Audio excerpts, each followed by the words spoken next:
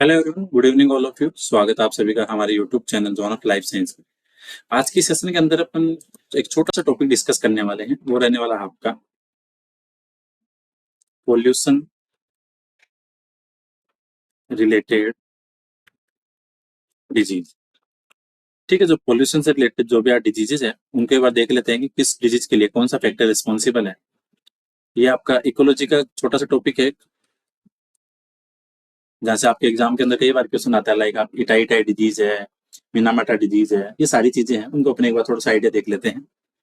तो पहले बात करते हैं अपन इटाइटाई डिजीज।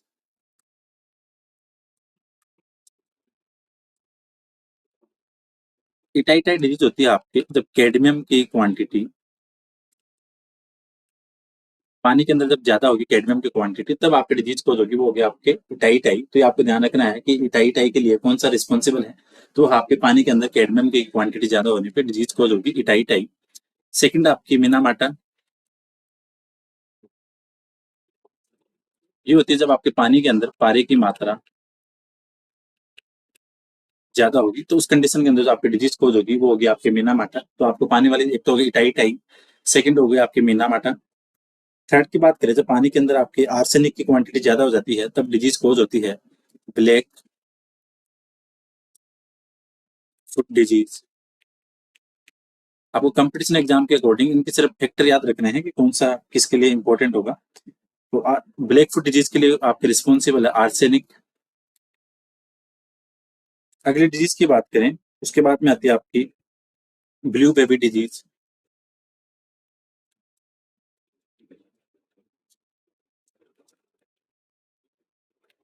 ये है आपके जब पानी के अंदर नाइट्रेट की मात्रा ज्यादा हो जाती है। ठीक है, इसको दूसरा नाम क्या होता है इसका, साइनोसिस। और इसका एक नाम और है, एक तो है इसका cyanosis and मिथेमो ग्लोबिनेमिया।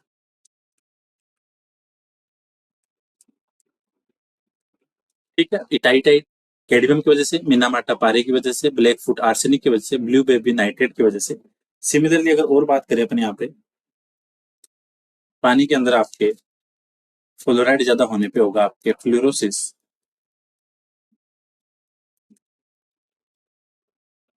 Due to fluoride in water. इसके अलावा और बात करें अपन, जो आपके कॉमन टाइप की जो डस्ट वगैरह होती है, कोल डस्ट, जो कोयले की डस्ट वगैरह है, उनसे जो डिजीज होती है उनको अपन बात करते हैं। कॉमन डस्ट की वजह से होती है आपके न्यूमोकोनियोसिस। ये आपकी होती है कॉमन डस्ट की वजह से।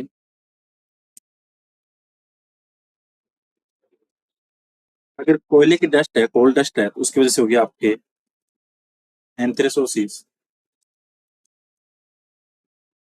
Due to coal dust.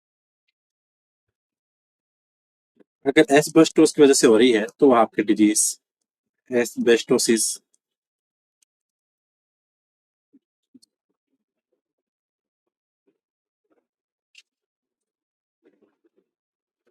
Asbestos dust.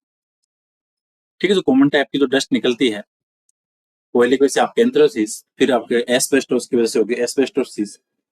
Similarly अगर बात करें अपन आयरन मिल के अंदर जो आयरन डस्ट होगी उसकी वजह से होती है आपकी siderosis. Siderosis due to iron dust. Silica की वजह से बात करें, जो आपके सिलिकोसिस डिजीज होती है, सिलिकोसिस, ये होती है आपके सिलिका डस्ट। जो सिलिका के माइंस के अंदर जो काम करते हैं वर्कर्स वगैरह, उनके अंदर ये डिजीज कॉमन होती है। ठीक है, और इसके अलावा अगर लेड की बात करें, अगर लेड वाटर के अंदर लेड पोल्टेड वाटर होगा तब आपकी डिजीज होगी लुम्पिज्म due to lead polluted water.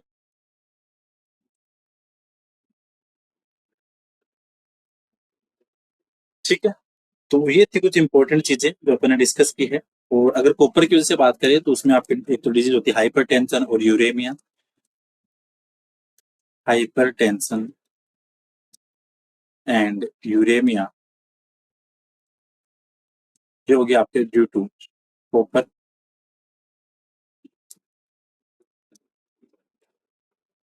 ठीक है, तो ये थी आज की थोड़ी सी कॉमन डिजीज जो अपने डिस्कस की।